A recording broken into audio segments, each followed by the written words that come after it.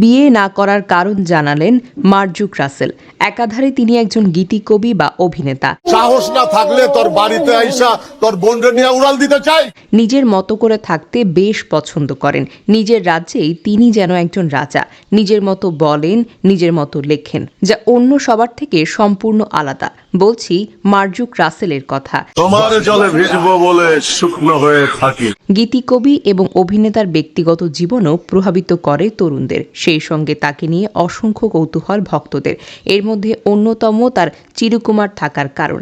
এবার বিষয়টি নিয়ে কথা বললেন মার্জুক। সম্প্রতি একটি গণমাধ্যমে দেওয়া সাক্ষাৎকারে বিষয়টি নিয়ে খোলামেলাভাবে কথা বলতেন তিনি।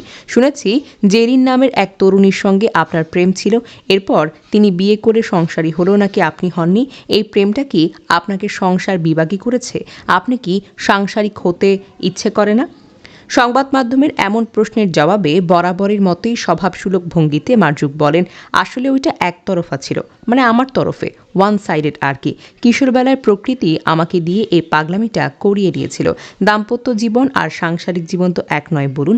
একলাও তো সংসার করা যায়, কাজকর্মে দূরে একলা থাকলেও আমি কিন্তু সংসার বিভাগী নই। নানু, মা, ভাই, বোন এদেরকে নিয়ে তো আমার সংসার। দাম্পত্যে জড়াইতে প্রথম চেষ্টা করেছি 1996 সালে, কিন্তু ম্যাচ হয়নি। আসলে ম্যাচ না করলে সামাজিক আইন মাইনা জোর কইরা ম্যাচ করাইয়া আজীবন বা বিচ্ছেদের পূর্বাপরে ক্যাচ ক্যাচ ঘ্যাচ ঘ্যাচ কইরা যাওয়ায় আমি মোটেও আগ্রহী নই। ইংরেজিতে ম্যাচ মেকিং শব্দটা অত্যন্ত স্মরণীয়। ম্যাচ করে নাই। সম্প্রতি মুক্তি পেয়েছে রাজনৈতিক স্যাটায়ার ভিত্তিক চলচ্চিত্র 840। এতে অভিনয় করেছেন মার্জুক রাসেল। এটি পরিচালনা করেছেন মোস্তফা সরোয়ার ফারুকী।